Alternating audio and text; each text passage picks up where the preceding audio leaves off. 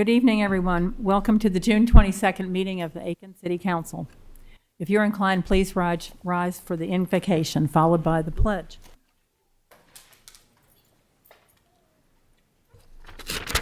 Almighty God, our Heavenly Father, send down upon those who hold office in the city of Aiken the spirit of wisdom, charity, and justice, that with steadfast purpose they may faithfully serve in their offices to promote the well-being of all people. In your name we pray. Amen. Chief, would you lead us in the pledge? Good evening, Mayor and Council. I pledge allegiance to the flag of the United States of America and to the republic for which it stands, one nation, under God, indivisible, with liberty and justice for all.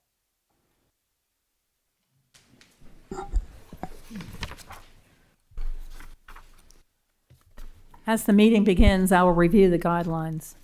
Meetings are public forums in which many opinions are expressed and the business of the city must be conducted. As such, discipline, honorable, and professional decorum is paramount. Courteous and respectful communication is required. During public hearings, all questions and statements from the public should be directed to the chair. If you wish to speak, raise your hand and I will recognize you. Please approach the podium and state your name and address. In order to allow an opportunity for everyone who wishes to address council, speakers should limit their comments to the subject being discussed. Each speaker will be given 5 minutes to address an issue and may only address an issue once unless questions from council are posed to the speaker. During the non-agenda public comment section, each speaker has 3 minutes and can only speak once. We now move to additions and deletions to the agenda. Since Mayor Pro Tem Kay Broll is not here this evening, I recognize Councilwoman Leslie Price for this agenda item. Thank you, Madam Mayor. We want to thank you all for your presence this evening as well. Madam Mayor, there are no additions or deletions to our tonight's agenda. And with that, I move that we adopt the agendas presented to Aiken City Council members. Thank you so much. She's made the motion. Is there a second, please? I have a second, please. Councilwoman Diggs made the motion. All those in favor? Thank you. The minutes were provided to council for review prior to the meeting. Is there a motion for approval of the minutes? So moved, Madam Mayor. Thank you. Councilman Waldo and Councilman Messina second the motion. Any comments or changes? Yes, Madam Mayor. The minutes for the work session and the executive session indicate I was absent. I was connected by digital for both of those. I was unable to connect to the public major council meeting, but I watched it on YouTube. Thank you. Did you get that? Okay. Thank you for that. All those in favor? Thank you. There are 4 presentations tonight. The first one is a proclamation designating July as Parks and Recreation Month. Councilman Price, will you please read the proclamation into the record? Thank you, Madam Mayor. The proclamation reads, whereas parks and recreation are essential to the quality of life in the city of Aiken, providing opportunities that promote physical health, mental wellness, and enriches overall community well-being. And whereas access to parks, trails, pools, recreational facilities, and natural spaces encourages active lifestyle, supports cognitive health, and fosters meaningful connections with nature for residents of all ages. And whereas parks and recreation programs provide valuable services including health and wellness initiatives, nutrition education, youth sports, environmental education, and out-of-school programming that contribute to positive childhood development and lifelong learning. And whereas Parks and Recreation Resources strengthens the local economy by increasing property values, expanding the tax base, attracting tourism, supporting business retention and growth, and contributing to safer communities. And whereas parks, green spaces, and natural recreation areas enhance the environmental health and ecological beauty of our community while providing resilience infrastructure that helps communities adapt to natural disaster and changing environmental conditions. And whereas the United States House of Representatives has designated July as Parks and Recreation Month, recognizing the vital role parks and recreation play in communities across the nation. And whereas the city of Aiken, South Carolina, proudly recognizes and celebrates the many benefits derived from the parks, from our recreational facilities, programs, and natural resources. Now, therefore, be it resolved by the Aiken City Council that July is recognized as Park and Recreation Month in the city of Aiken. It is signed by our mayor, Teddy Milner, and 6 council members. Thank you very much. Will the representatives from Parks and Recreation come forward, please?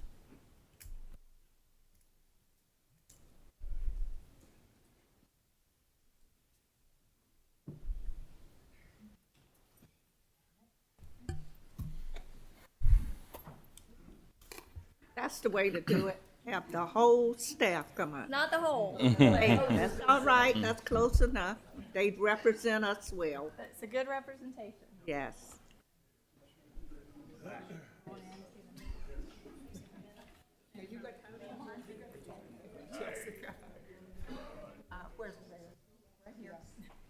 Sure.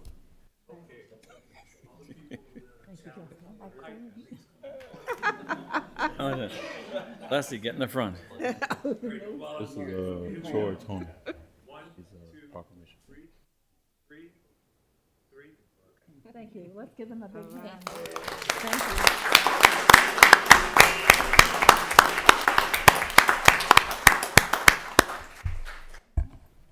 I'd be remiss if I didn't say that our parks and recreation is the best in the state and the best in the nation. Right. And I would like to thank all of you who made sure that the park was ready for Juneteenth last Saturday.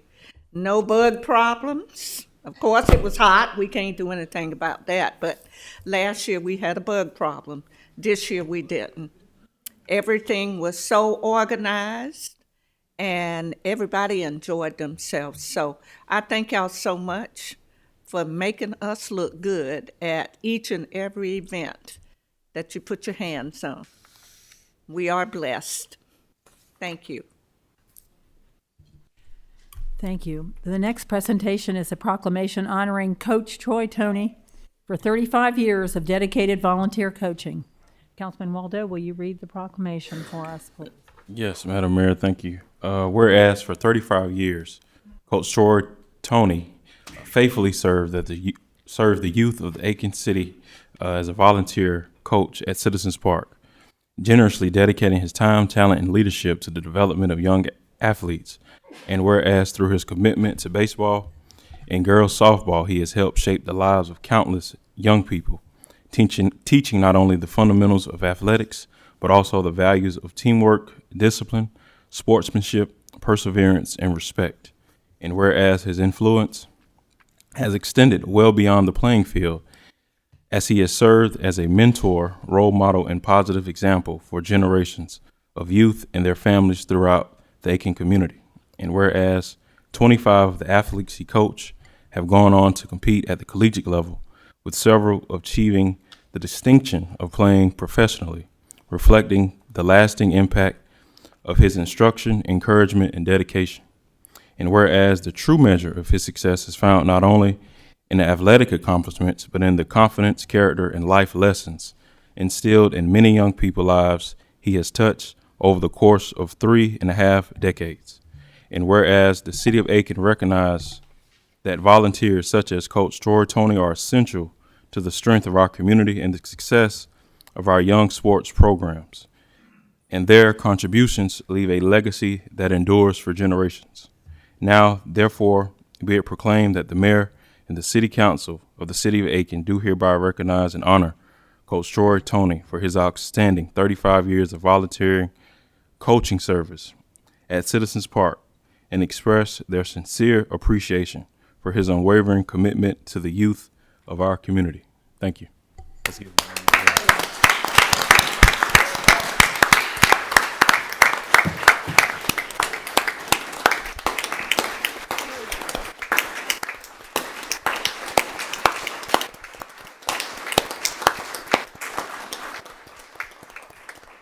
Would you come forward, please, to accept your proclamation? Got big on me.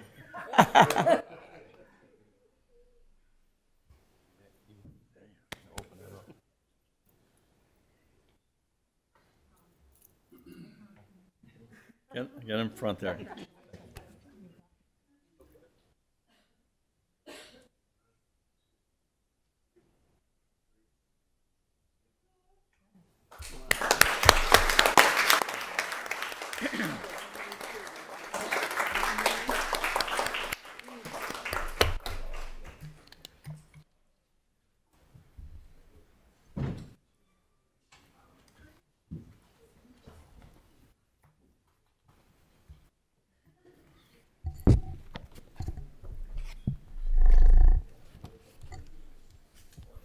The third presentation tonight is a proclamation designating June as Home Ownership Month. Councilman Messina, would you read that, please? Maybe in a minute. Give them a minute. Give me a second. I think Troy. Thank you for coming. Didn't he? Troy brought his whole family plus some. Thank y'all for coming. That's the immediate family. Right.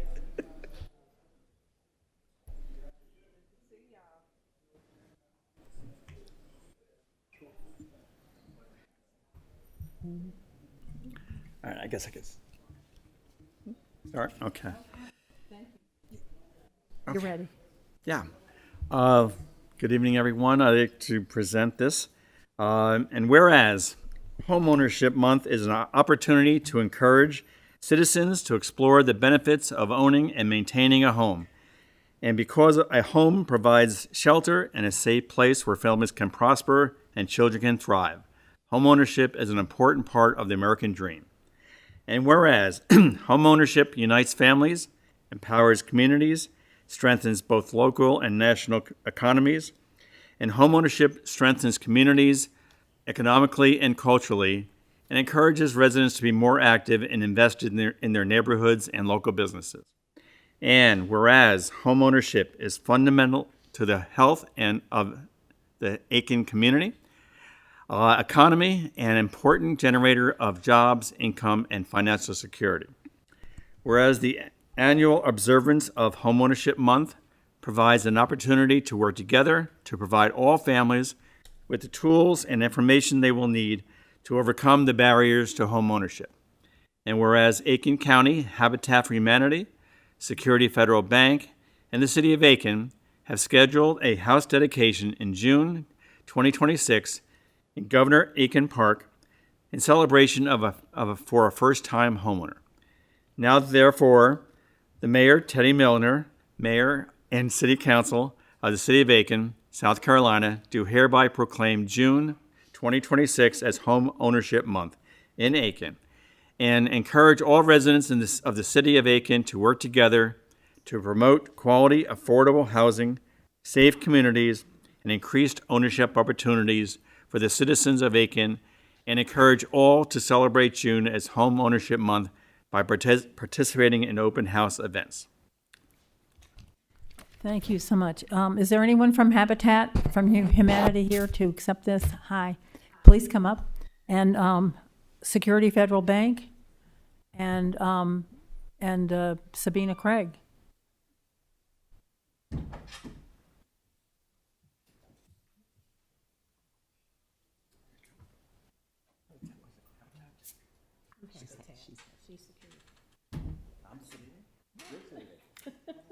Today.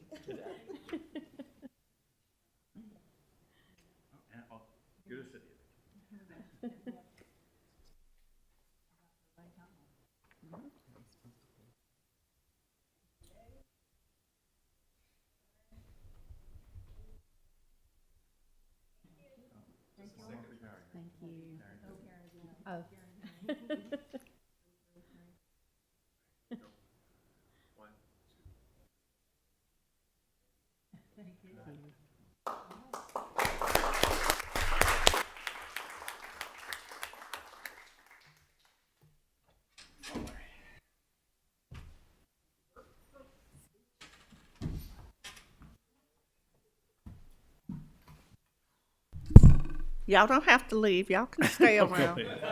You're invited to stay. They got the goods in there, Lee. The final presentation, I'd like to ask Councilwoman Diggs to help me introduce. A presentation about the Youth Empowerment Program. Reverend Carroll Yes. and Tim Hasty. Good evening.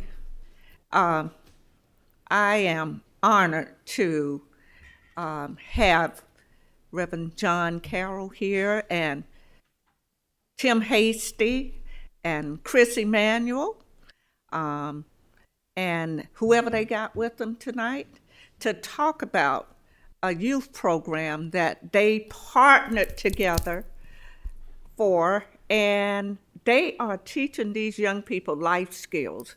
You know, sometimes, and not just sometimes, most of the time, people come up to me and said, oh, there's nothing for the youth to do in Aiken, nothing. And you hear people talk about after-school programs, but this is more than an after-school program, guys. This is a remarkable partnership between these two. We know that First Baptist and Second Baptist always worship together twice a year, and but they are also doing other things together. Many of you may not know that a few months ago, the boys, brothers and sisters of Aiken County, relocated from their building right next to the African American Museum, and everybody was wondering, well, where will they go? Because this is a program that's been in existence forever and serving kids from first grade on up to the 12th grade. But anyway, they have partnered together, and because of everything that First Baptist believes in when it comes to children, they decided to offer brothers and sisters a place for the kids to be. So they didn't worry about what's going to happen when they leave that house that they've been in across from First Baptist for over 20 years. First Baptist already had made plans to give them space in a building in the middle of their parking lot. Such a nice facility. And it is working out well for Brothers and Sisters program. And I thank y'all so much for that. But if you look at some of the posts online for this program, you will notice that young people are building houses. They learning skills that's going to prepare them for the next chapter of their lives. And that's all because of this partnership. So I invited them here tonight, and thank you, Tim Hasty, for just letting me know what was going on. I invited them here tonight for them to give us a short presentation on what all is happening when these kids get together. It's not just an after-school program, but this is something special. Guys, will y'all come forward, please? Oh, don't be shy. Come on. Okay, you go let him come by himself, huh? Okay. Oh, okay. Y'all gonna join him in a few minutes, right? Good evening. Good evening. Good evening, Mayor Milner, Councilwoman Diggs, and all of the members of the council. People often warn you, be careful what you ask for. I have a church member who recently warned me, be careful what he asks for. Because Tim Hasty then came and told me that I was going to be talking here tonight. So thank you, Tim.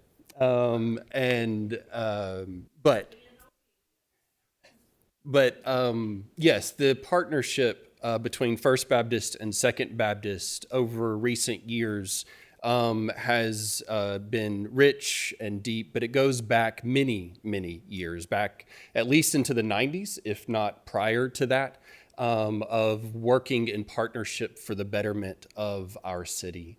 I can only speak more to what has happened in recent years. In recent years, we have gathered in each other's sanctuary. We didn't just gather on a weeknight when a few folks would come out, but on Sunday morning at 11 o'clock, which many people call the most segregated hour of the week. We gather in each other's space to worship jointly, sharing choirs and pulpits and worshiping side by side twice a year. We've hosted 2 gatherings under the banner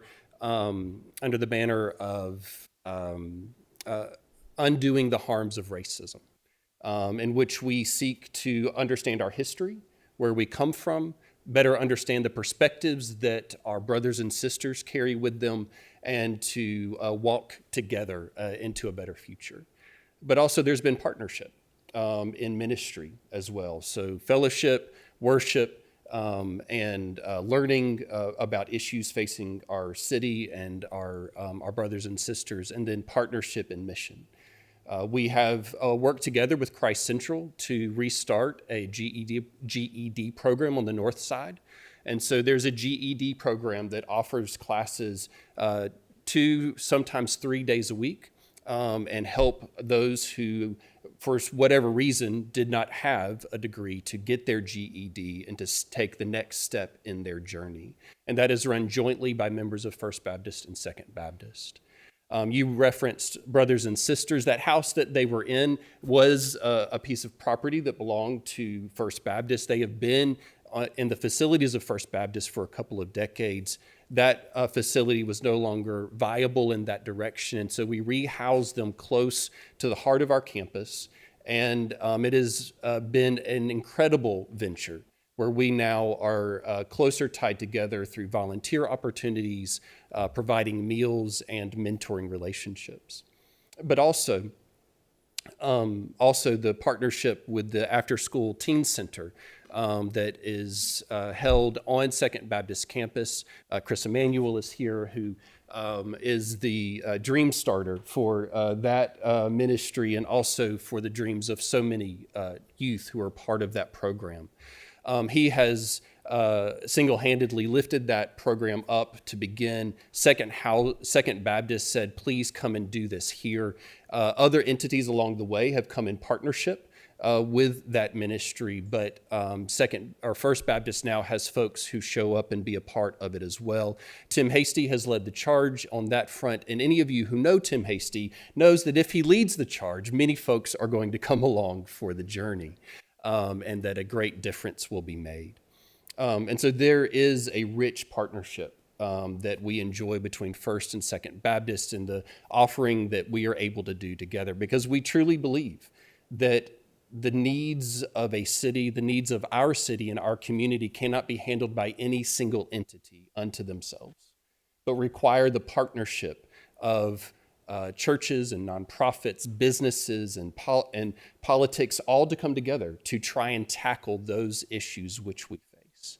And as a church, as First Baptist, I can say that we are seeking to double down on our partnership with those who are around us, opening our campus to support groups that are in need of it, to nonprofits who need meeting space, seeking for our campus to be a 7-day-a-week center for community and belonging, where folks can meet and play and live out lives of compassion one with another. And we've embarked not only on doing that ourselves, but investing in our facilities, not so that they serve us better, but so that they serve our community better. If you walk by our campus right now, you'll have a trouble finding which way to go in because it's all marked off with construction that's happening. But that is the endeavor that we're making there. And our partnership with Second Baptist and those ministries is one endeavor on that front. And I would ask you as council that as you encounter problems and opportunities, many of which that we may not be aware of in the faith community, remember the resources, remember the people, remember the heart that belongs in so many of our faith communities, seeking to lift up those who are hurting, seeking to set right the places that are broken in our community. Remember us as we may not be aware of what you are aware, and reach out to us, because it may just be that as faith communities, we have the people, we have the facilities, and we have the heart to meet the need and rise to the opportunity that may be present before us. That's beautiful. That's beautiful. Thank you. I want the rest of them to come up front. And Gary, can we have a picture of all of them? Yeah. Okay. There are other people out there involved with y'all, isn't it? One trying to do a video. Yeah. Go. Pastor Carroll, I don't know what you were worried about. That was a great presentation. Thank you. Really was. But y'all, this is what unity looks like. We got to do a little bit better. All right. This is what we need. We got to get a little bit more. This is what we need more of. People working together to make sure our youth have what they need and get where they need to be. So God bless you all. Thank you so much. Y'all can come back anytime and you don't have to leave now. So thank you for being here tonight. We really, really appreciate y'all. We do. Thank you.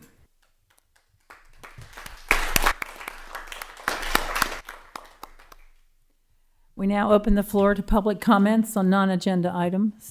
Comments are limited to 3 minutes per speaker and for a total of 30 minutes. Who would like to be first? Mr. Kirk, sorry. Good evening, Madam Mayor, City Council. That's going to be a tough one to follow. My name is Kurt Johnson, 111 Stonington Lanes, Aiken. I'm a pastor of Lost Sheep Ministry, and I do the outreach on the street. And over the past 3 weeks, it's been crazy. I mean, we're getting calls 7 days a week, 24 hours a day to go out and check on people. Some of the city has called out to us, DPS has called out, and we're getting HOAs that are calling.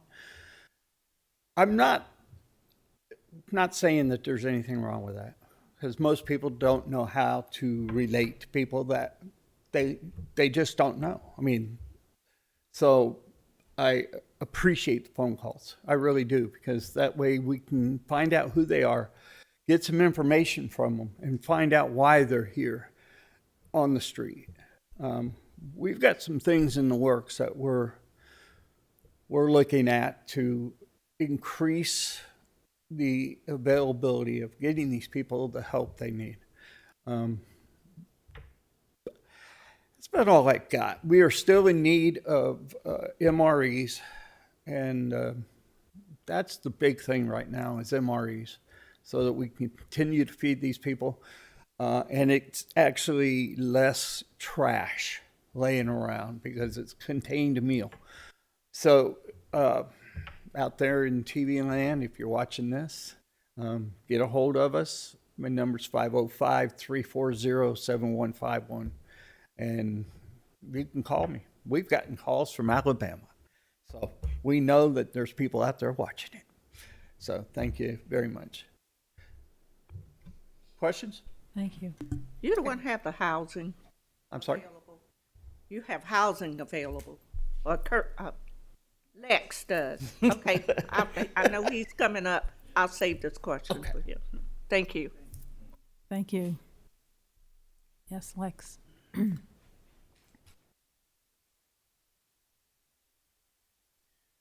evening, Council. Lex Perry, C4 Impact Ministries, 1526 South Boundary Avenue Southeast. I guess I'll come up. You have some questions for me. I can tell you briefly that we have added an additional location. That just happened a couple of days ago. So we will be moving a family into that location, praise God, which opens up another one of the studio apartments that we have on Greenville Street. So we'll have that space open, and one other space where we can put 2 more people in as well. We're actively interviewing folks, of course, and we do have a case manager on our team now. If you hadn't seen that on our social media post, that is April Tiller. She's our case manager. She's doing a fantastic job with that as well. And so we're just thankful that she's a part of the team. From the things that I've heard from the presentations here tonight, I really, just like Pastor Kirk said, I can't add a whole lot to it because you've heard me say this. It is going to take a community for us to do this together. We can be that guiding light to the county and to the rest of the state because Aiken can handle this homeless situation. I really believe we have the resources here. All the meetings that I've attended of people of influence that's within the city, I think they're in agreement that we can do it. It's going to take some work, but we have the resources here. What we need to do, as Pastor here said, we have to take down the silos. We have to take down the banners. This is not about C4. This is not about any particular church. It is about our people. And when you remove some type of service as there, it is the people that they should miss, not the service. We're dealing with people here, not at numbers. And so as long as we remember that, I see that we're really going to be an example for the rest of the state. So what questions do you have? I received a call from a gentleman on Saturday who has 4 or 5 houses. He usually rents out, but he wants to work with you to identify some people, but he also wants to volunteer with your program. Okay. All right. So I'll give you his contact number. Fantastic. I love that. And one other question. I'm sure my colleagues on council and other people that has driven by this parkway right across from Pizza Joint, and you see the people that are setting up house right there in the parkway. Right. Do y'all know anything about them? Anybody? Yes. Y'all do? Yes. Okay. This is one of the reasons we offer the cooling station and so forth. One of the things we invite them to come in. Okay. They're going to get showers. They're going to get fed a meal. We don't give out extended meals because obviously what we want to do is to help them move forward. But once we get their information into the system, we then discover what exactly that it is that's keeping them where they are. And it's not an immediate process. We don't shelter first. We make sure that they can get verified income or whatever it is that they need, and then we're able to shelter them and to move forward because we give a hand up, not a handout. But we are aware of them. Okay. And then we do need to make some connections for as far as mental health is concerned as well. Okay. Thank you. All right. And I know you spoke on a few weeks ago about transportation. Have y'all been able to locate a reliable transportation? No, we're still using our own. And it's funny that you should say that. I have a beautiful tree in my yard. It's a 300-year-old oak, and it fell on my SUV, and it blew out the window. The vehicle is drivable. It is not going to stop us, but we're still making it. We do need a van still. We're looking to obtain a van that we can use to drive people around. We do have drivers that can do it. They've been trying to use their vehicles, but we do need one. And you know what? We believe it will be provided. We're going to keep seeking. But in the meantime, whatever we have, we're going to still get people to their jobs. We're going to get them to their appointments, and we do that daily. This is a hiccup. Gotcha. All right. Yeah. All right. God bless. Thank you. Yes, sir.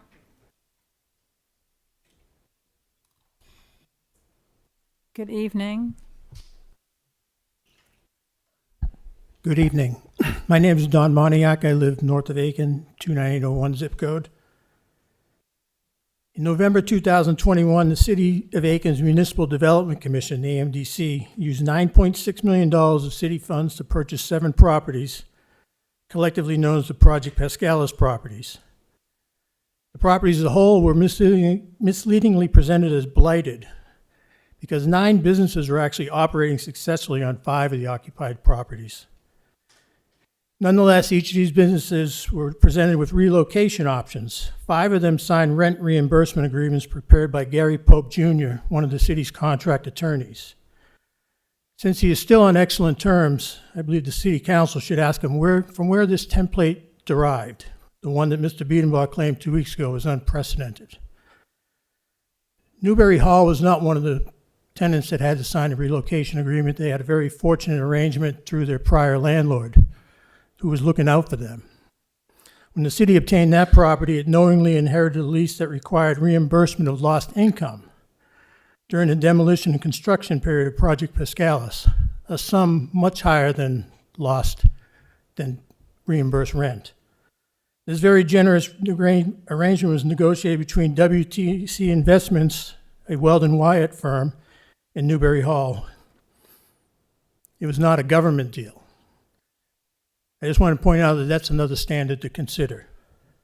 Newberry Hall is also the sole candidate for managing or owning New Conference Center.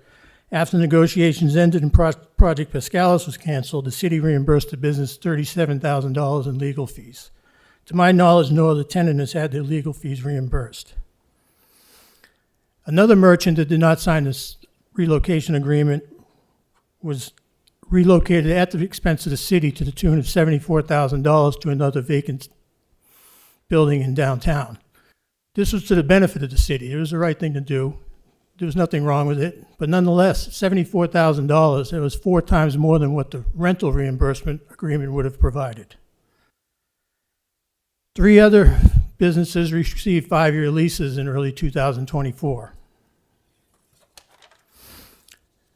No business has endured more uncertainty and false hopes that were generated by the city than Taj, Aiken, and Warnicki Cleaners. These were the 2 most complicated and expensive businesses to relocate, yet they were the only initially offered the rent reimbursement agreement that never would have provided nowhere near enough funds to relocate had Project Pascalis moved forward.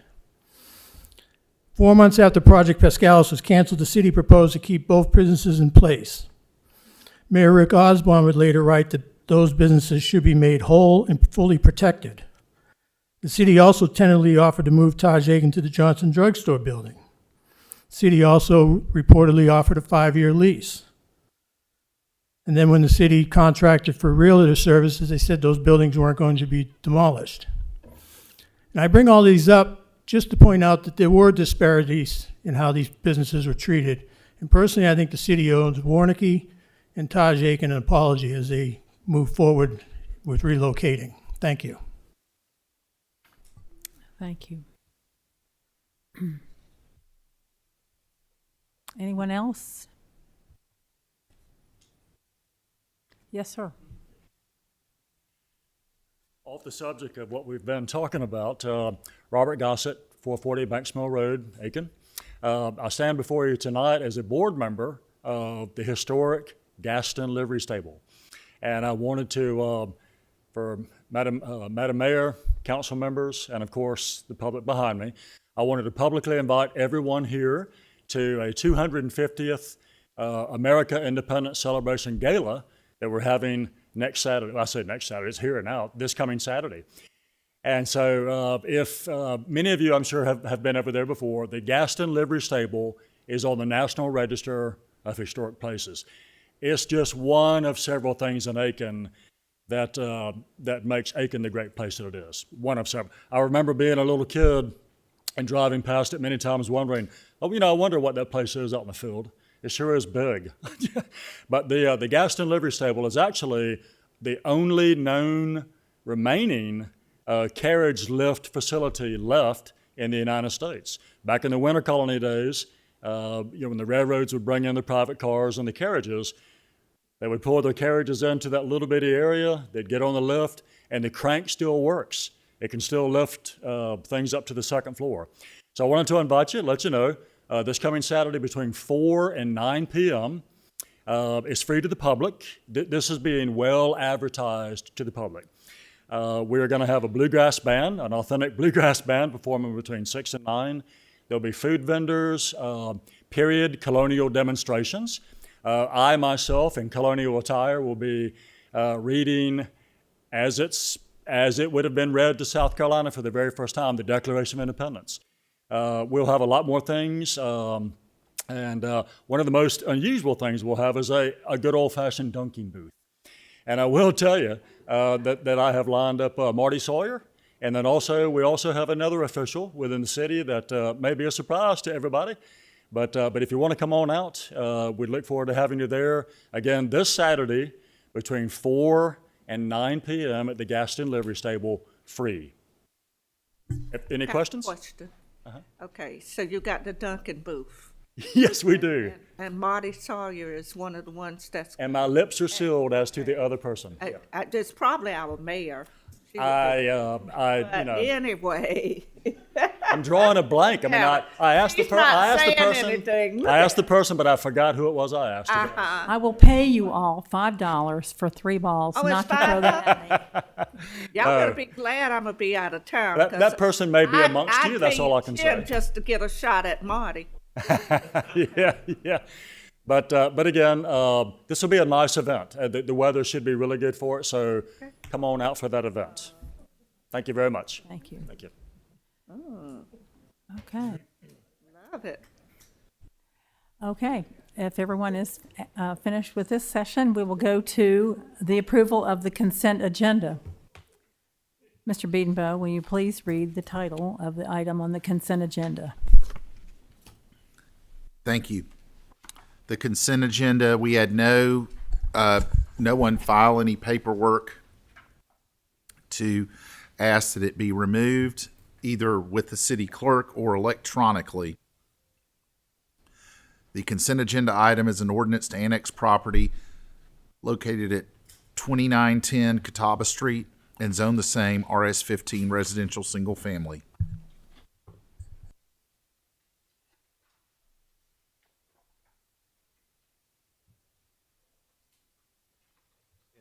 That is all we have this evening. Oh, thank you. Thank you. Is there a motion? So, second. Okay, Councilman Waldo and Councilman Messina. Second. Since we don't have comments on the consent agenda, so we'll go to the vote. All those in favor? Thank you. We now have a move to approval and discussion of appointees to various city boards, committees, and commissions. Mr. Beedenbow. Thank you, Madam Mayor. We have the reappointment of Jermaine Williams to the Building Code Appeals Committee and the reappointment of Angela Key to the Accommodations Tax Committee and the appointment of Lance Danko to the Senior Commission. Those are the appointments for consideration this evening, Madam Mayor. Thank you so much. Is there a motion? Motion, go ahead. All right. Madam Mayor. To Councilman Waldo, and the second from Councilwoman Price. Any comments from the public? Comments from council? All those in favor? Thank you. Are there any nominations to consider at our next meeting? All right. Thank you. The next item under old business is second reading and public hearing of an ordinance to amend the concept plan for 16.21 acres zoned as planned residential at Sunday Avenue Northeast and Jake Place Northeast. Mr. Beedenbow. Thank you. This is an ordinance amending the concept plan for property located at Sunday Avenue Northeast and Jake Place and owned by William Clyburn in the estate of Beverly Clyburn. We have, this has come before us before. This is part of the an application process, and subsequent to, we passed this at first reading. Council agreed to have the ordinance amended to note the project is to provide high-quality workforce homes for individuals and families earning 40% to 80% of the average median income, and we added that language to the third paragraph of the ordinance, and it's the underlined portion that's in the paper ordinance found on page 71. Also, I want to note that the applicant inquired about to condition number 4, that it be, would council consider removing that condition, which is that a high visibility sidewalk be installed across Sunday Avenue at Kershaw Street Northeast, as they believe that's out, my understanding is that it's, I guess they believe it's out of the scope of the project. That was my understanding. However, we do not, from a staff perspective, this is what was passed by the Planning Commission and recommended to council and brought at first reading. So I did want to note that, and that is what has changed since we presented this at first reading. So essentially, I want to note that the amended change from the council meeting 2 weeks ago is noted in the concept plan, and we received that other request from the applicant, and I have not heard of planning. Mr. Cowick, is that still the case, or is that request about the crosswalk being removed, that's still? Okay, that was did I understand that correctly from the applicant? Yes. Good evening, Mayor and Council. Jen Wilkinson, 1121 Park West Boulevard, Mount Pleasant, South Carolina. We did some investigating on adding the crosswalk with the property. It seems that this crosswalk is about 1/4 of a mile from our property line, and unfortunately, because we're building this with tax credits, we're not able to use our funds to build something that's not attached to our property. The second thing would be is we would also be required to ADA the sidewalk, which is not on our side of the road, all the way to that. So that would be a huge burden on the property to build this crosswalk. A third offer we would like to do is maybe we could add some speed humps through Sunday Avenue to maybe slow down the traffic there, but it's just not feasible for us to build a crosswalk with the funds that we're having for this property. We'd have to come out of pocket or request the city to help us pay for it.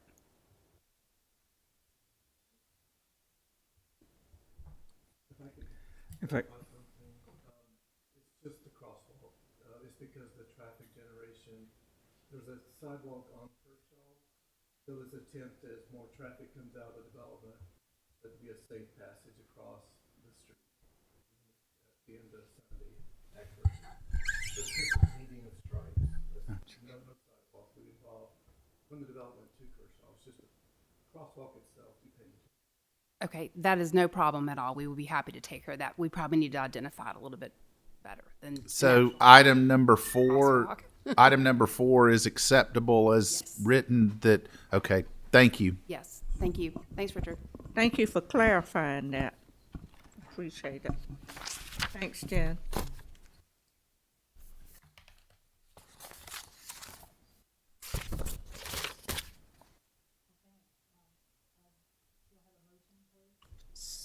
I so move. Second, Madam Mayor.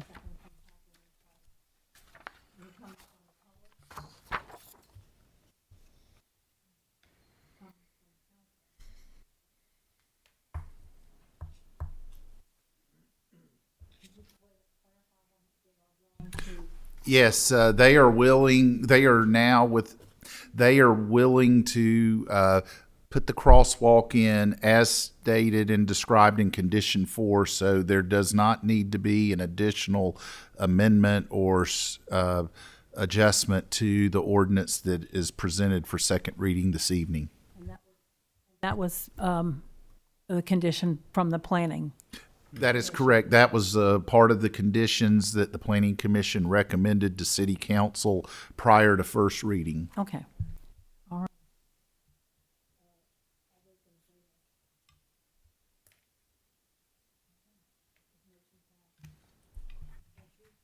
Oh, sorry. Thank you. The next item under old business is second reading and public hearing of an ordinance to rezone 10 acres at Gregg Highway and Loki Drive to planned residential and approve a concept plan. Mr. Beedenbow. Thank you. This is an ordinance to rezone property located at Gregg Highway and Loki Drive from Office O to Plan Residential PR and approve the proposed concept plan. There are two concepts as part of this plan, either or Concept A or Concept B. Several things to note. First, at first reading, Council approved an amendment to the ordinance for second reading to state that this development will be funded under the South Carolina Rental Development Program for individuals at or below 60% of the average median income to address affordable rental housing issues in Aiken County. And this change was written in the second paragraph of the ordinance that is found in the paper copy of the agenda on page 88, and it is noted in the underlined text. And again, this was amended with a council motion and a second and a majority vote, and it is placed in the agenda and in the ordinance for second reading.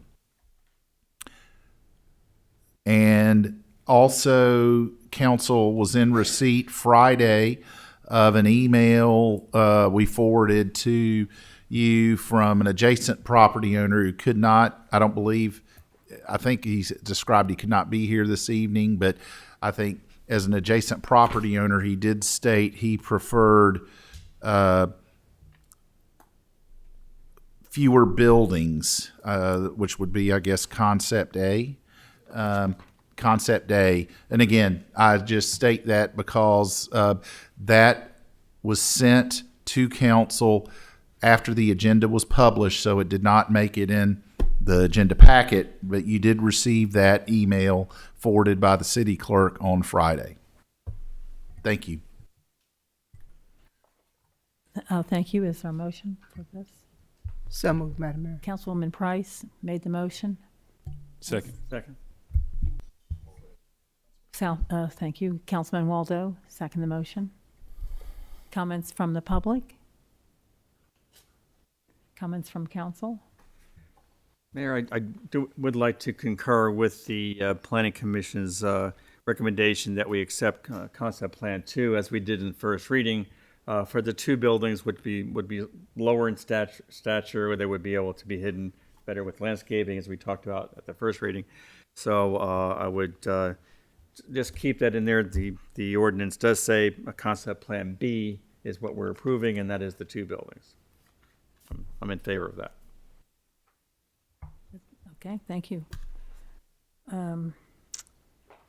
Any other comments? All those in favor? Thank you. Unanimous. The next item is second reading and public hearing of an ordinance authorizing the city of Aiken to waive its right of first refusal for Lot 14 in Ventures Industrial Park. Mr. Beedenbow. Thank you. It is an ordinance authorizing the city of Aiken to waive its right of first refusal in the property owned by Ashbury Landing LLC located in Ventures Industrial Park. This is a park to the south of the Aiken Regional Airport, and it is governed by the covenants of the property, and as part of the covenants, anytime a transaction takes place and the city is not the owner, the city council must consider a right of first refusal to purchase the property back. The city sold this property in the early 21st century to Piedmont Coca-Cola, and subsequently in 2014 it was sold to Ashbury Landing LLC, and now the owner is in a contract to sell approximately 4.04 acres of the approximately 10.5 acre tract to Bullfrog Venture LLC for a warehouse and distribution center. I believe it's resin-based material. And we talked about at the last meeting that the utility impacts in terms of city's water and sewer would be minimal. It would not be a heavy water use type facility. It would have more commercial type needs for water with just restroom facilities and some sinks, et cetera. But in terms of the use from an industrial standpoint, would not have a lot of use. So, council approved this at first reading, and it's before you for second reading this evening. Thank you. Don't have a motion for this. Waive this right of first refusal. So moved, Madam Mayor. Councilman Waldo. Councilman Waldo made the motion, and the second from Councilwoman Diggs. Any comments from the public? Comments from council? All those in favor? Thank you. The next item under old business is second reading and public hearing of an ordinance approving certain economic development incentives for residential development by Parker Aiken LLC. Mr. Beanville. Thank you. This is an ordinance authorizing certain economic development incentives pursuant to ordinance number 08132018 of the City of Aiken Code of Ordinances for a project developed by Parker Aiken LLC, approving an economic development inducement and incentive agreement and other matters related thereto. This is for this was a project where this matter was first broached with them a number of years ago when the project was first proposed. It is for apartments at Greg and Robert M. Bell. And the investment is approximately $59 million. The incentives would not exceed $115,000, and this is before council for second reading this evening. Thank you. Is there a motion to approve this? So moved, Madam Mayor. Councilman Waldo made the motion. Bob. Second from Councilwoman Morgan. Any comments from the public? Comments from council? All those in favor?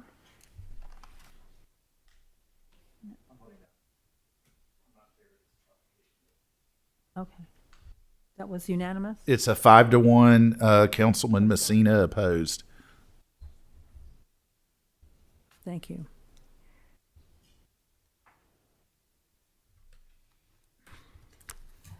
The final item under old business is second reading and public hearing of an ordinance to adjust the 2025-2026 budget for emergency roof replacement on the Parks Operations Center. Mr. Beanville. Thank you. It is an ordinance to amend the budget of the City of Aiken for the fiscal year beginning July 1, 2025 and ending June 30, 2026 for the general fund. We did have roof leakage. At the time it was a dire, almost emergency situation. We needed to get bids because we felt the two bids we received were a little too much of a delta between them. We ended up getting 3 quotes, and the low bid, or the bid we're going with based on,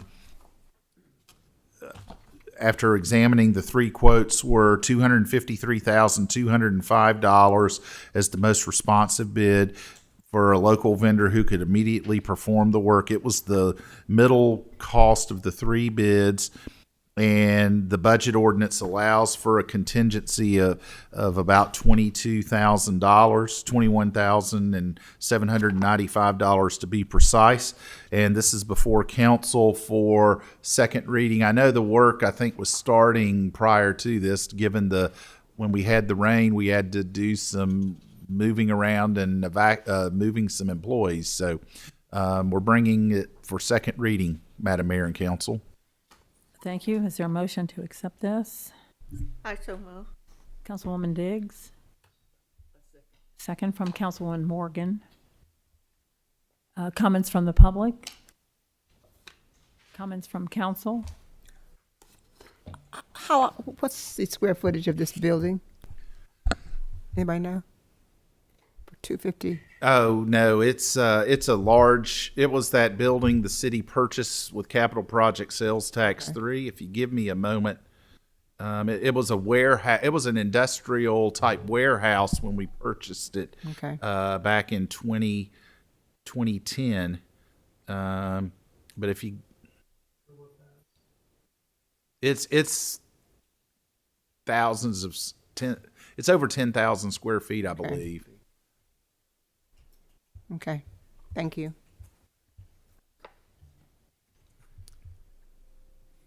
Any other comments from council? All those in favor? Motion passed unanimously. We now move to new business. The first item is first reading and public hearing of an ordinance to annex 2916 Mississippi Avenue and zone it residential single family, RS10. Mr. Biedenbow. Thank you. This is an ordinance to annex property located at 2916 Mississippi Avenue and zone it RS10 residential single family. The applicants are requesting this annexation of approximately 28/100ths of an acre and zone it RS10. And the Planning Commission unanimously recommended it be annexed and zoned RS10. It's before you for first reading.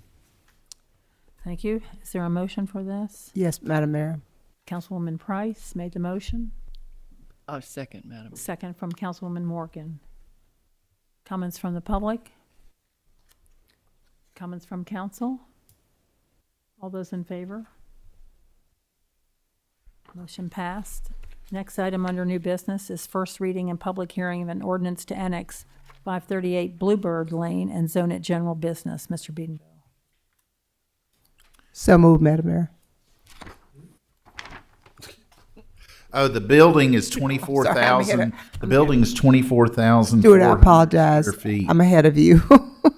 I am okay with that, but I was researching. What was it? 24,416 square feet. Wow. Okay. That's almost And that's a lot. just the part that's being replaced. That's not the full building. Okay.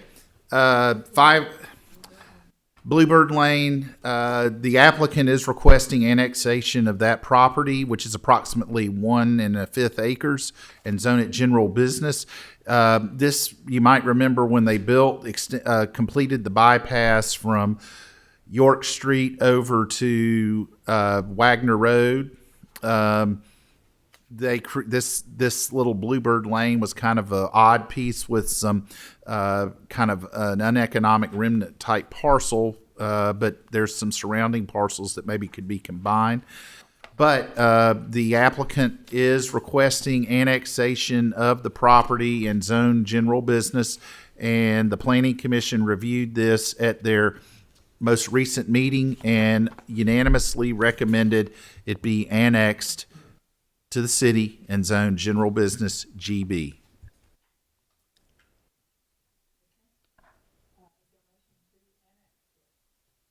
I was a bit out of line in making a motion too early. I'm deferring to Councilwoman Diggs in her district, so I think she'd want to do that. I'll second it.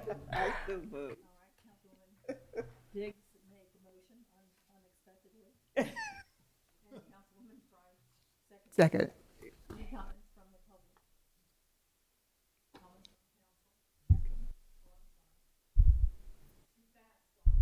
Don't even have the microphone on. How are you? Doing well. Burton Fine, Cranston Engineering, representing the applicant, B52 LLC. I'd like to speak to items 2 and 3 on the agenda as they are tied together tonight for the same applicant. So a portion of the adjacent property to what we're referring to here on the screen came to you all back in December, and as you can see, the northern property was zoned to PR to allow for multifamily use. At the time, the applicant did not own the property, but they have since purchased it, and now they're under contract to buy this piece on Bluebird Lane. And the intent is for them to annex the property in, rezone it along with the adjacent tract, which is just over 2 acres, to general business, and then abandon the Bluebird Lane right away and combine the parcels into one contiguous parcel to market for commercial use. So if you all have any questions, I'm happy to answer. Thank you. Thank you. We see this piece being sold maybe after the multifamily is developed, and The applicant is thinking maybe fast food or a gas station, depending on who could potentially come in. But it really depends on the market. But it would be a use that is permitted in the general business district. Or a grocery store. A grocery store? I can't make any promises about a grocery store. I asked him last. Space is quite limited, but I can assure you they're going to try to get as much out of it as they can. Thank you. Thanks. Any comments from council? All those in favor? Thank you.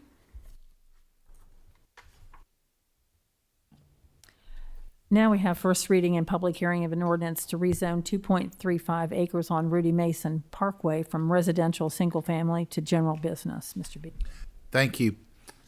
You have read the title of the ordinance, and this is approximately 2.35 acres, and it has frontage on Rudy Mason and Bluebird Lane and a partially improved dead-end street.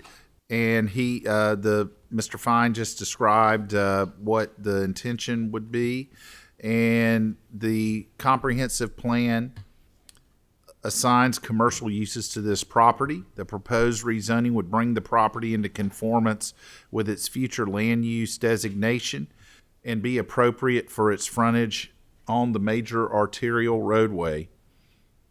Those present at the Planning Commission voted unanimously to recommend it be rezoned to general business, and it is now before you this evening for first reading. Thank you. Is there a motion for this? So moved, Madam Mayor. Councilman Waldo, in a second. Second. Second. Councilwoman Price, second the motion. Comments from council? Comments from the public. Any comments from council? All those in favor? Thank you. Next, we have first reading and public hearing of an ordinance to annex 877 Doherty Road, zone it plan commercial, and approve a concept plan. Mr. Beedenbow. Thank you. You've read the title of the ordinance. This is approximately 34/100ths of an acre.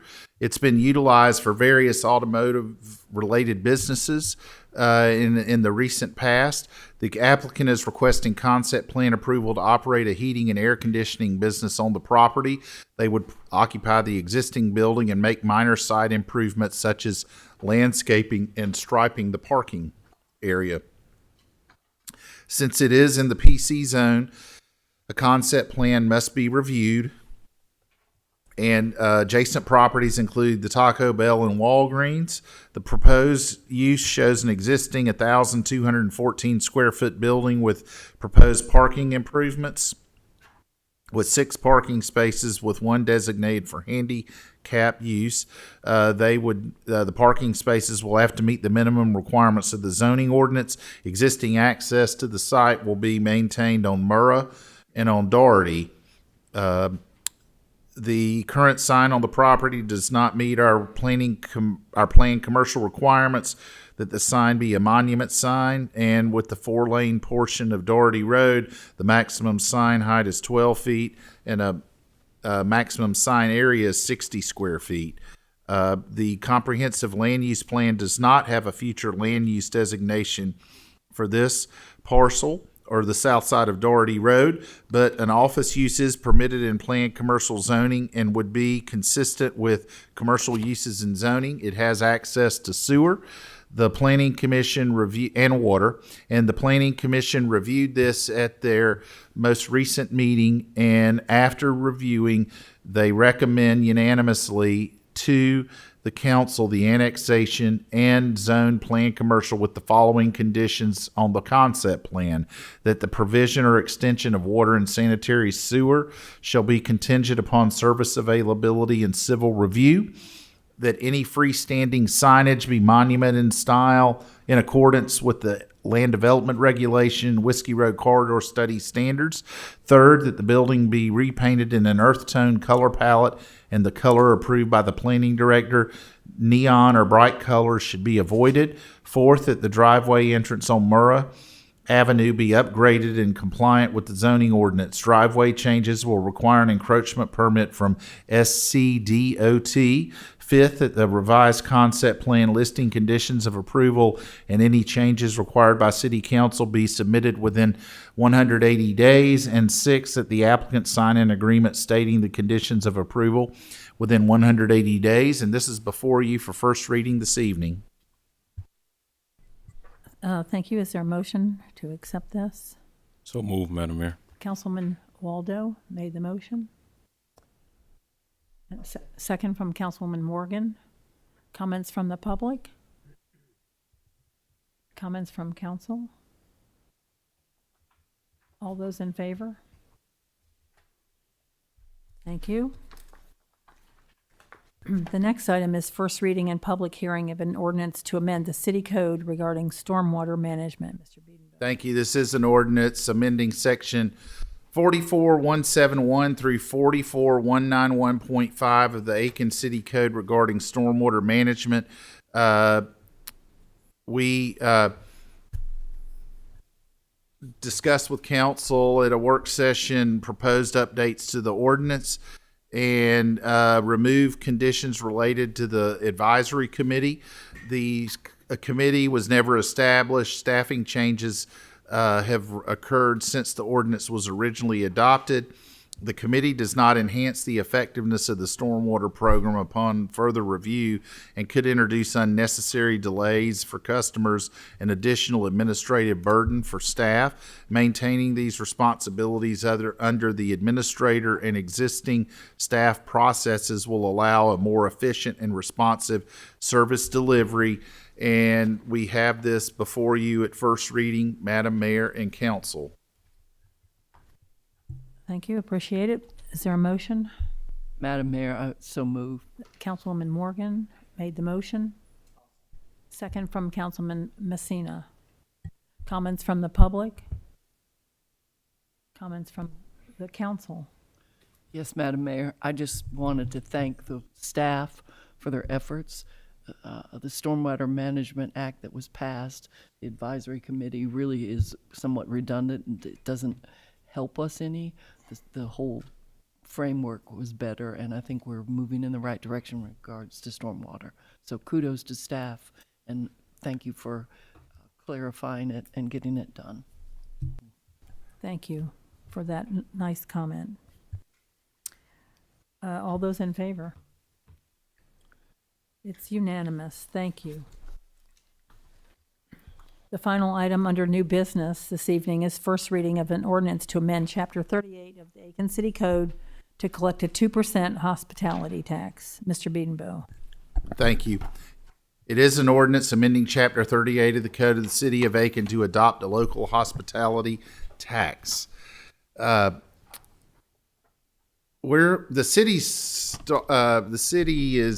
future is staring us and is very bright looking ahead. We have more folks move here for equestrian amenities as a retirement mecca. Missions at Savannah Riverside are slated. And this whole CSRA, Aiken included, seems poised to be a center in the world for cyber thanks to Fort Gordon. I think our best days continue to be ahead of us.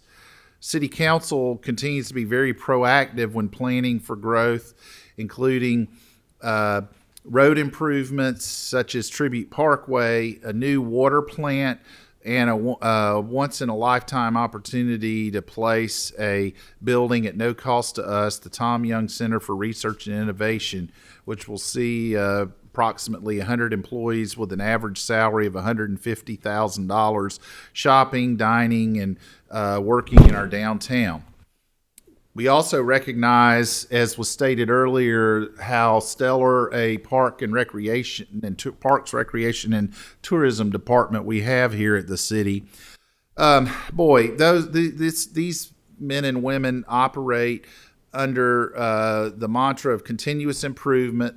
The director and the senior team hold each other accountable. They monitor innovations and trends in parks and recreation and tourism, those industries, and meet the needs of our growing communities as best they can. I will say, I've had the privilege of doing city budgets, really, I guess, putting my name on them. This is my 9th budget we finished, and I'm astonished because Parks and Rec, because it is the front porch of the city, but we historically, like most budgets, whether it's a household budget, a budget for a Fortune 500 company, or a budget for a municipality, the needs, the wants sometimes exceed, and the needs exceed the availability of funds. And Parks, Recreation, and Tourism a lot of times has had to wait and wait, hurry up then wait, and that continues. But they are able to make it. Council saw some of the wisdom of continuing to have for a robust Parks, Recreation, and Tourism department in 2015 by reinstituting 1% of the hospitality tax. Some of you may remember the city passed a hospitality tax in 1998 and rescinded it in 2001 after the voters approved capital project sales tax number 1 in November 2000.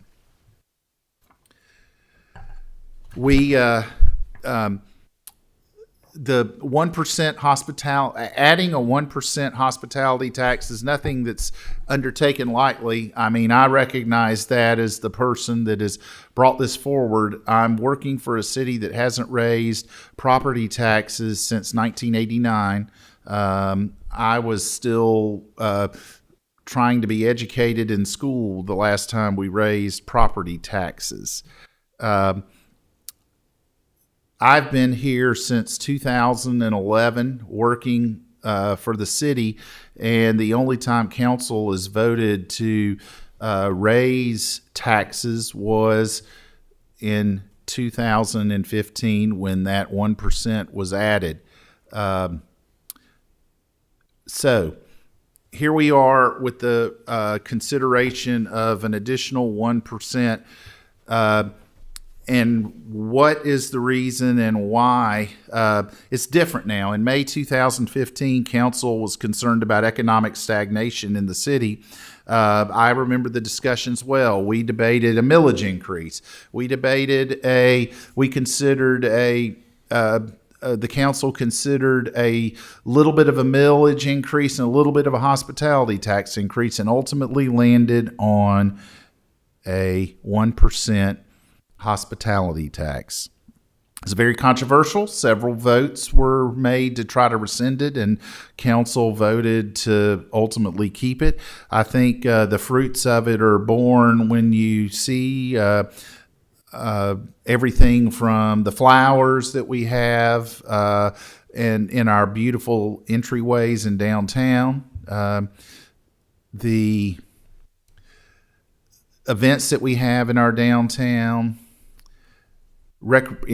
so many improvements at our recreation facilities.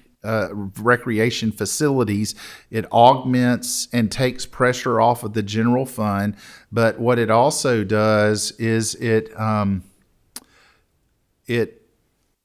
allows us to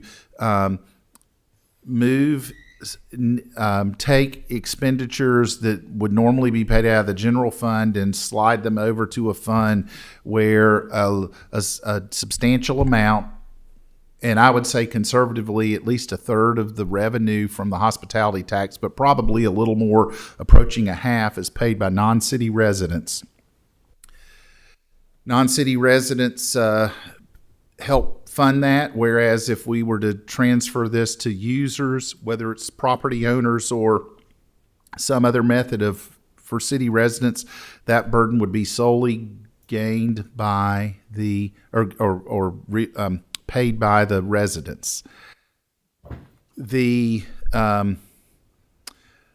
one of the things I want to note too is a majority of the money, and we are going, since this is sort of a kickoff, and over the next month and a half, we're going to have a special meeting. We're going to publicize what the plans are for these funds and what we've done with the funds over the past 11 years. I believe you can look at some of the improvements we've made and see that the money, we've been good stewards of the existing 1%. I want to note that certainly this would not be discussed if we would not have passed a development agreement in December 2025 for the Oliver Hospitality Group to, and as part of the agreement, to construct a parking deck that will house that 200 up to 210 cars could park in. The majority of the spaces will be publicly available. The expectation, there are no plans to charge for those public spaces. Oliver Hospitality will pay for their spaces as part of the development agreement. But to show why our future is bright, we've got 2 hotels that are coming up to be constructed over the next year plus in our downtown. The old hospital on at Vaucluse Road and Richland will be constructed. So again, our downtown and our city are growing, but this is bigger than the downtown. A majority of the funds, again, will be expended away from the downtown. I've had the privilege and pleasure here over the last week to speak to 2 groups, Aiken Senior Men's Club and the Sunrise Rotary, and I can share that those meeting attendees are very also bullish on the future of Aiken. We were all present June 4th at the ribbon cutting of the Tom Young Center for Research and Innovation, and the positive vibe that a broad arc of the community holds illustrates that we're in a very good place, but we need to strive to continue to do that. And I wish I could say that we were substantial enough to where increases in the cost of doing business, whether it's roof repairs, planting flowers, improvements to our parks, etc., we're not going up, or we could control the pricing, but we can't. And again, I note one tax increase that the city is voted for since 2011, and I think if we could go back further, we would find it's not been much more than that going back 30 years. So we bring forward tonight first reading of the hospitality tax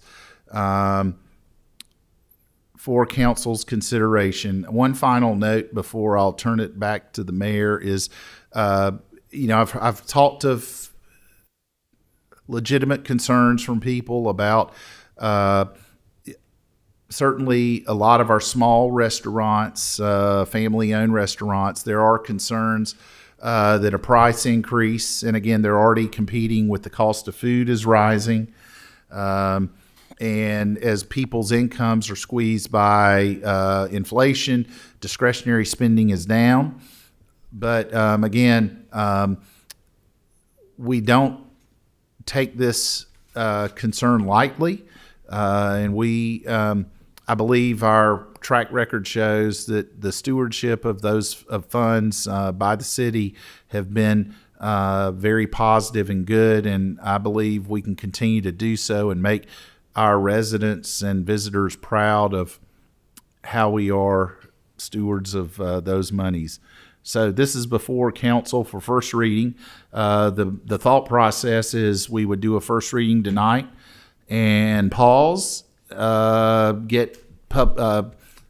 the story a little more, have a public meeting, bring a second reading back sometime in August, as early as the second Monday in August, because also we're cognizant of the timing is the Oliver Hospitality will want to start work.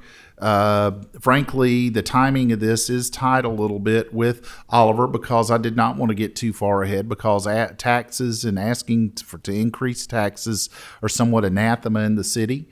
And I was very cognizant of that as the person you trust in the position I hold. So this is why the timing is the way it is, because I want to be cognizant and deliberate and thoughtful as we bring this forward. Thank you, Mayor. Thank you for all the explanation. Is there a motion to accept this first reading of the ordinance tonight? So moved, Madam Mayor. Thank you. Councilman Price made the motion. Second from Councilman Messina. Comments from the public?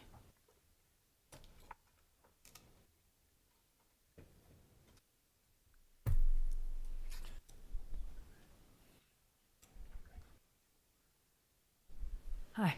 Evening, Madam Mayor, council members. My name is Graham Hall, 825 Edisto Avenue. I serve as the current City Recreation Commission Chair and have been a big proponent of this tax for well over 10 years.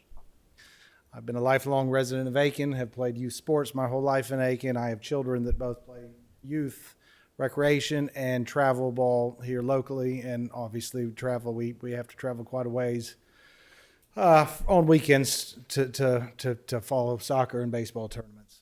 When we travel to other municipalities in the state, we pay this 2% hospitality tax. When you go to New Ellington to eat dinner, you pay a 2% hospitality tax. North Augusta, Lexington, Barnwell, the list goes on. Most other municipalities we compare ourselves collect a 2% hospitality tax. And when these taxes are collected and allocated appropriately, you can see the benefit to the community. And when, for me, the benefit is more than it relates to tourism and that sort of thing, it's to our local stakeholders. It's to particularly our children in this town. How do we benefit our children? Our PRT program has done a wonderful job with the limited resources, so to speak, they have. They are at a max capacity as it relates to field usage, to indoor facilities. Their hands are tied. This would be a great way to alleviate some of those pressures, to expand on all of this growth that we are seeing in Aiken, and to give the youth a real benefit as it relates to their future, to get them off the screens, off the streets, and to really add a crown jewel to the city of Aiken as it relates to recreation, particularly for what I'm truly concerned about. We've seen what it's done to other communities, how it relates to the development of their communities and the youth, but then how it relates to the local restaurants, retail shops that we see in those communities. When we have tournaments that are particularly off-peak season tournaments, we used to host the Aiken City Cup soccer tournament for 17, 18 years. We've now lost that to Columbia County. At the peak of that tournament, we had over 200 teams come to Aiken from around the southeast, heads and beds for a weekend. I've been told that when that tournament was in place, it was the second highest revenue generator for hospitality accommodations tax outside of the week of the Masters. Hotels were filled, restaurants were filled, shops were being participated in, and money was spent at local retailers. You see the feedback, you see the concerns particularly for the restaurant owners, how this might affect them. You know, inflation's tough, discretionary budgets are tight at the moment. But again, this is a low burden to the person who goes out and spends their money. An additional 1%, as I said, is being spent around the communities that when we go to these other areas. But when it is allocated appropriately, we can see the benefits. If we get these tournaments back, if we get more softball, obviously the equestrian community is huge to our local retailers and restaurants. But if we can continue to build on the facilities we have, attract those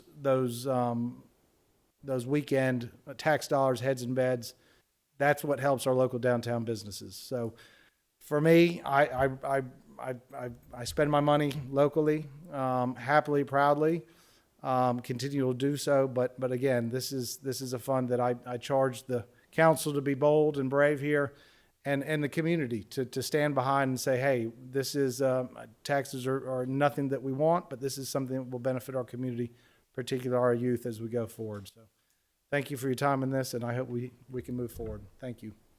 Thank you, Graham. Appreciate it. Anyone else?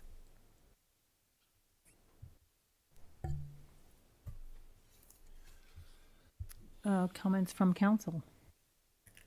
Yeah, Madam Mayor, I want to put something on the record that I believe we owe our constituents, clear information and transparent communication. The people that we represent deserve to know exactly why the increase is being proposed, how the funds will be used, and what benefits they can expect to see from us raising it the additional 1%. I understand, the importance of the parking garage. I visited the Oliver Hotel property in Knoxville. They've done a great job with that area that they currently have in Knoxville. So I understand the value of the quality development that can bring. However, I have feelings about the parking garage being our primary thing that we're leading with. So I would like to see us over this next month or so, communicate that broader for, our vision for the city. As Graham mentioned, we see that everywhere. We're paying a 2% hospitality tax in surrounding areas. So I do understand the significance of that. And I want to, when I think about, the projects and things that we could, utilize it for, I know a regional sports complex would be something that I think would be great, for the city of Aiken. I know Graham mentioned that we're at capacity right now with the fields and everything else. But utilizing that with partnerships to those that have, successfully connected with recreation and, economic development, investments in public transportation, I think is something that's pivotal as well coming up, and improvements on our entryways into the city. I know we've had many discussions about that also. And just, more things that's family oriented. I've been seeing things about Finley Park. I've visited there several times with the water park that they have there. I think is a huge benefit during the summertime. And it, just boosts the morale of the community. Things like that attract tourism as well, and also quality of life. So that's pivotal. So I'm, willing to move the conversation forward. But I would love to see us kind of have a concrete plan and communicate that better to the constituents, because we owe them that at least. Yep. Thank you for those wonderful words. Madam Mayor,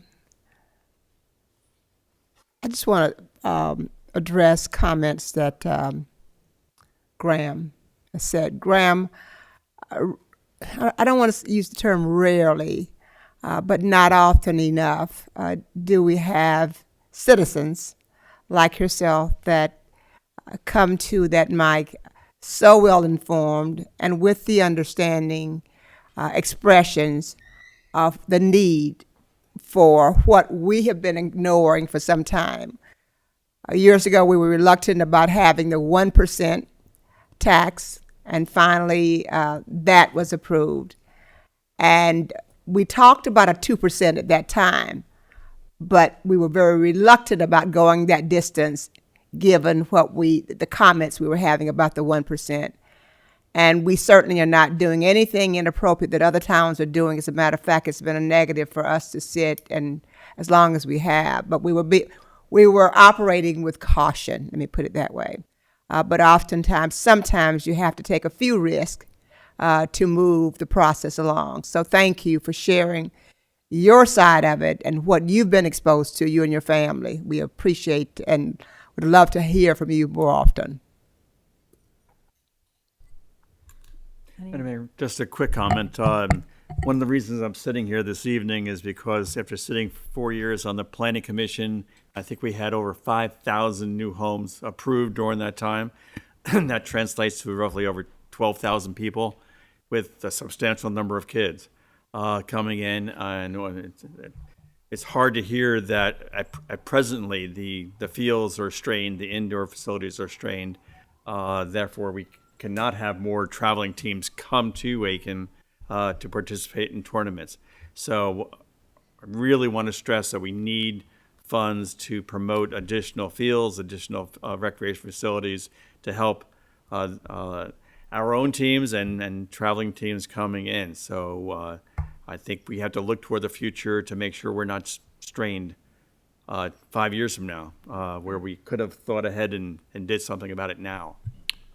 Thank you. Thank you. Thank you. Anyone else? Madam Mayor, Graham, thank you for your comments. Graham and I have talked a lot because he played soccer with my son, and now we're seeing this next generation. Mm-hmm. We see our grandkids go to other places and pay that 2%. And we have lost so much activity in our community. Mm-hmm. We used to have that Polo Cup, City Cup, and it was unbelievable. And now we can barely get enough games in for our teams locally because the refs demand better facilities. They need so many games to play or to ref before they'll come. And I just think our dollars are going to other communities. Mm-hmm. We have lost it. And I think I wrote down, we need to be bold, we need to be brave, and we need to benefit our children. They deserve it, and one of the reasons why I'm on it, Pete, is similar to you. If we're going to build homes and grow, then we need to grow effectively, efficiently, and provide for our children. And I think we have failed at that. Now, on the other hand, the 2% hospitality makes sense to me, but I want us to do what we said we were going to do in the work session. And I will vote tonight to move it forward, but I believe there's some responsibility that the city said they would do between now and the time in August. Mm-hmm. And I'm a little concerned that we won't follow through with that. There are many constituents that want to not just have a public hearing, but they want to have a mechanism to effectively communicate why. And it is incumbent upon us to do better about explaining what we're doing and why. And because we are max capacity, I hear it from people at Citizens Park. They can't use it like they used to. It's full up. We need to be clear about where we're going and why. And the people, this is a crucial juncture for us to do better about communicating, allowing people to digitally give their opinions so that we can make better decisions for all of us. And I just think we're at this crucial juncture where we can be bold, brave, and we can benefit the future for our children and for better services. And I think we're up to it. I'm willing to vote for it tonight, but I think I'm not doing it in a vacuum that all is going to be wonderful. It's going to demand some work from us, but I think we're up for it. So that's all. Thank you. Okay. Anyone else? All those in favor of this? It is unanimous, and let us remember that we are going to have a public hearing here on July the 27th at 5:30, I believe, for anyone who would like to come and comment on just this matter. So that will be very transparent. We will all be here, and we'll be able to listen to the public's comments. And hopefully, Madam Mayor, we will have other mechanisms for people to comment, not just be at one public hearing. but there'll be several options to communicate effectively. Well, is this a time to discuss that? What you have in mind? It's a good suggestion. I think the staff can work on it. I think Mr. Biedenbow, Mary, they're ready to do something that's effective. We've talked about And it. I'm sure that the Aiken Standard will be very helpful in getting the word out. Yes, we'll have multiple mechanisms between, since obviously people consume information in different ways, whether it's newspaper, social media, email, other electronic means, video.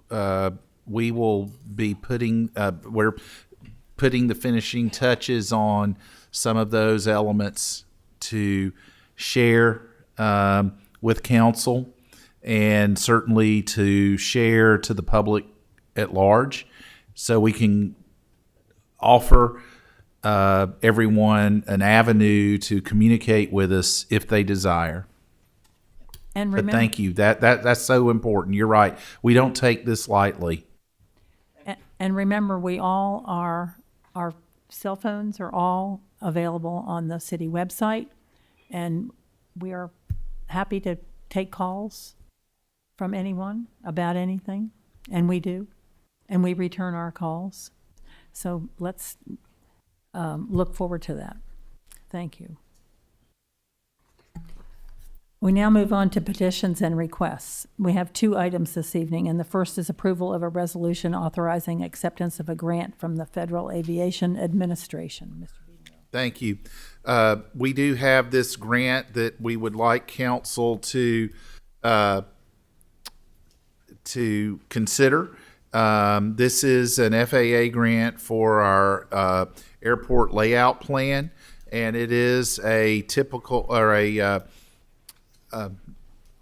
the common funding percentage mechanism that we have seen in the past, where the feds pay I think it's normally 90% by the feds, 5% by the state, and 5% by the city. But this one is a 95% FAA share, 2.5% by the state, 2.5% by the city. This plan that we need to update has a budget of about $3,000, and our share of that would be $8,300. So we need council to approve a resolution for us to accept the grant, so we can move forward on the future of Aiken Regional Airport, which is also very bright. Thank you for that. Need a motion, please? I so move. Madam Councilwoman Mayor. Morgan made Second. the motion. Second from, I got one from Councilman Waldo. Sorry about that. Comments from the public? Comments from council? Madam Mayor, this is just a wonderful opportunity. It is. The airport is just a gift that we all need to celebrate all the time, and what a wonderful way to have funding that we are in line for the improvements. So kudos to everybody to making it happen. Thank you. Yes, the airport, we're sitting on the cusp of a lot of wonderful things out there. Thank you. Anyone else want to make a comment from? Okay, all those in favor? Thank you so much. Unanimous. The final item tonight is approval to award a contract to Advanced Travel and Tourism for Visit Aiken Marketing Services. Mr. Biedenbow. Thank you.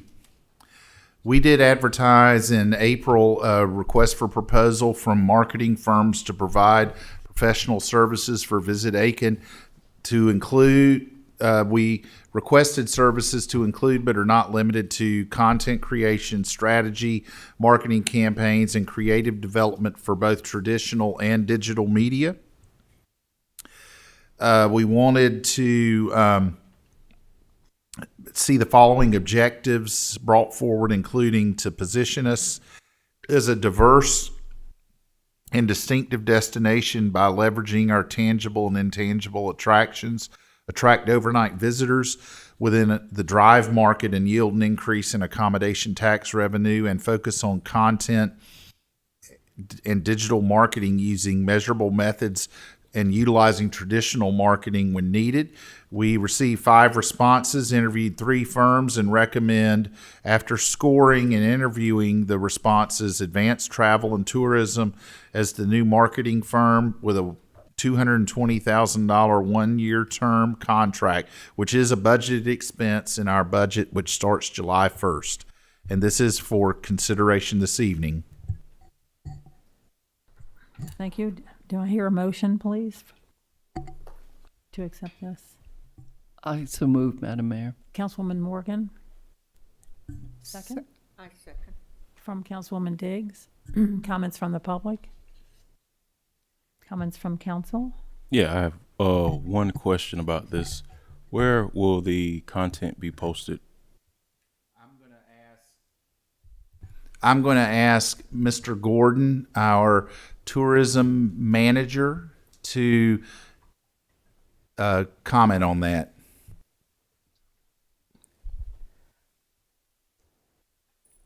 Good evening, Mayor and City Council. So the content, what we're going to be doing is we'll be doing both a mix of digital outside of social media and within social media. So we have a listing of personas that visit Aiken, whether it's families, girls' getaways, couples, whatnot. So depending on what we're going to be targeting, whether it be a particular event or all year round traveling, that will determine how we put out the digital marketing. So it could be something that appears in a digital newspaper while you're reading. It could come up on your Facebook feed. It really depends on who the traveler, what we're looking for is that who it will go to. So it will go to their most popular outlets. Gotcha. Okay. Any other questions? Thank you. Thank you.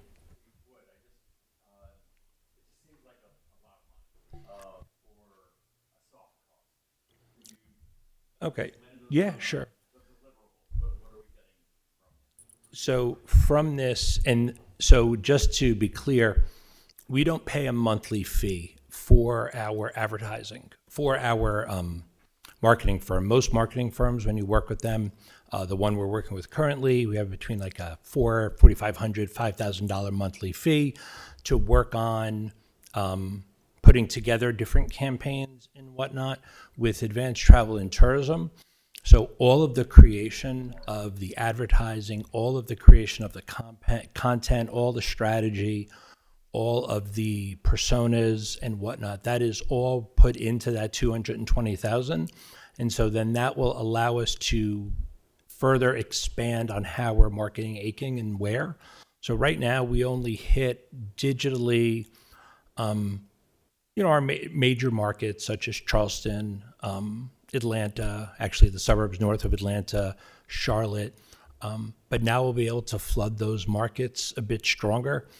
We look at this as right now, we have 2 hotels downtown. We're going to be looking at another 2 hotels at a total of probably 175 rooms, plus Rose Hill, plus a hotel that's opening up shortly behind Cracker Barrel. We need to start now to be putting our name out there more than we have in the past so that we can build up momentum. So when those hotels open, we're going to have the people to come. So I do see how it is a cost when you take the $220,000 that we spend and then compare it to a 2%, our local hospitality tax plus our 2% state accommodations tax is 3 locally, 2 state.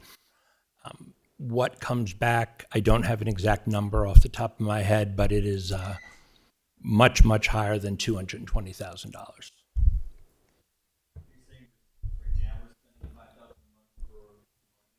Well, we spend $5,000 plus all the expenses of a lot of design. Like that doesn't include any of our placement costs. So when we are going over to Advanced Travel and Tourism, we don't pay a monthly fee. All of our costs go to, yes, some creative, but then everything goes to our placement costs, where right now we do spend $5,000 a month, so it's about $60,000 a year.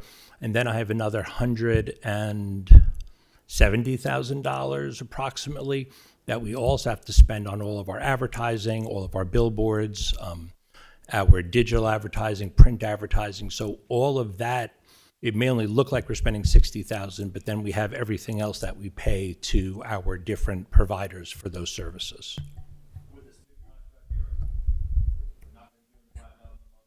No. This is a flat $220,000 that includes creative, that includes placement. It's actually, I mean, this is not something I've actually have done for a long time, because we used to, back like 30 years ago, it was very normal to only pay a design and placement fee to an advertising firm, then they took a commission. Then as time went on, I found more companies that did the retainer, because it's guaranteed income, whereas Advanced Travel and Tours kind of takes it back to the old model. And I really feel that's because they are a portion of a much larger company that has its own outlets for advertising, that works with so many different types of travel companies, aviation companies, that they do have economies of scale that places like Aiken that may not be as large can take advantage of. So are we also, is it just tourism, or is it the Parks and Recreation side too? This is strictly tourism. Okay. You know, that being said, if we are doing like brochures or something for like playgrounds and things like that, but this is strictly for tourism. Any other questions? Sure. Councilman Waldo, we do have many of our events under tourism that you may consider parks recreation. Christmas in Hopelands, we do a Christmas campaign, a holiday campaign through our tourism division. So this agency would work with staff to create that holiday campaign. Again, tourism is advertising outside of that 50-mile radius. So there are some local recreation programs that do benefit from this dollar advertising agency. And could you break down for us, if we put this off until next month, could you break down the tourism side of things so we know where the money's being spent? Because you've educated me a little bit early. Tourism. No, I understand that. The actual dollars. I want to be able to understand the dollars we're spending and why. Because you helped me understand that there's a lot of money out there that we're getting through accommodations and hospitality, and we're doing it. I just think this might be an opportunity. I have no problem looking at this contract, but I also think we need to go up a little bit and look at what all is being spent and why on tourism, and have those dollars have a better understanding. It just creates an opportunity, especially for those of us new on council, to understand what you all are doing. I'm not questioning it. We're just trying to create better understanding. Then this is that first juncture for those of us. So, well, I mean, if I can answer, like, what does tourism do? I mean, with bringing, I mean, I know you know what tourism does. I think I do. But yes, sir. with bringing in people, that is our hospitality tax, that is our accommodations tax. So as we are marketing the city outside of 50 miles, and also much further, we are bringing in those people who are spending that money into our economy. Yes.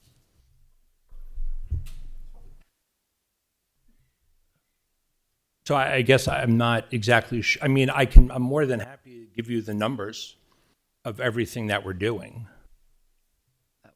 I think that there's just some questions that came up with Mr. Pete talking about some of this money as to what we're spending, because seems like a large amount, but if we're merging it, I think I understood what you were saying. I think there's an opportunity for us to look at the money being spent a little more holistically for tourism, especially get a handle, as we just talked about, hospitality and accommodations tax and different funding sources I think we all need to be better educated, especially the newer people on council. I'm not afraid to learn. Council makes its own decision. We will be without a marketing company until we decide. Yeah, because the contract would go into effect July 1st, correct? June 23rd, which is tomorrow. Thank you. And I'm happy to share everything, but again, I understand then- council makes the decision. I mean, certainly we can continue it, but that is the risk. I'm not averse to having a vote tonight, but I would request that maybe we have some more dialogue about this. I'm And more than happy to do it in any place that'll that be you'd great. want me to. Thank you. That'll be great.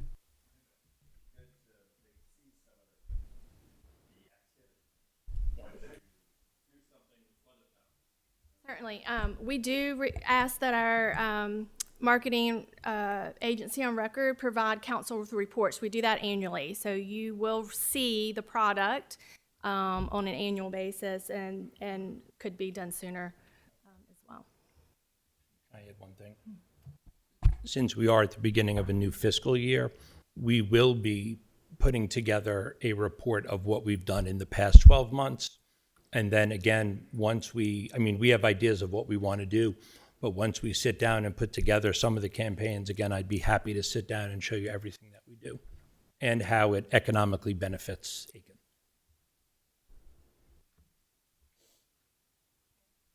Thank you. Thank you, Eric. Appreciate Thank it. you, Jessica.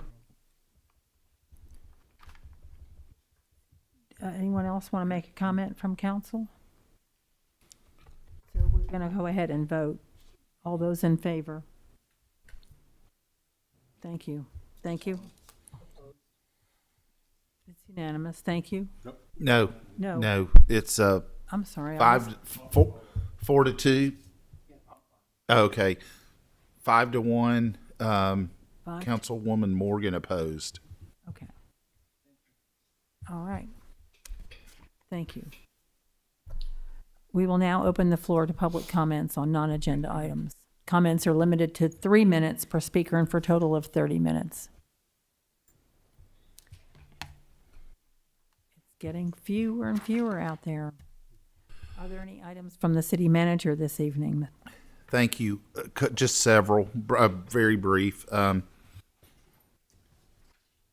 want to acknowledge 2 things. Nice. We every year since 1992, we've been awarded the Certificate of Achievement from our GFOA Excellence in Financial Reporting for our ACFR, which is the annual comprehensive financial report. And I appreciate the work that Ms. Rooks does. You'll get the latest ACFR later this calendar year. And that document has a copy of the prior year's audited financial statements, plus a very helpful, handy statistical section, which shows trends over a 10-year period and in some cases even further back. So kudos to the finance department. And one final reminder, city offices are closed in observance of Independence Day, Friday, July 3rd, since the July 4th proper is on a Saturday. So we will close on Friday the 3rd and reopen with normal hours on Monday, July 6th. That's all I have at this time. Thank you. Is there a motion to adjourn our meeting? So moved. That would be Councilman Messina. And a second from Councilman Price. You had your hand up. Second from Councilwoman Price. Meeting is adjourned. Thank you.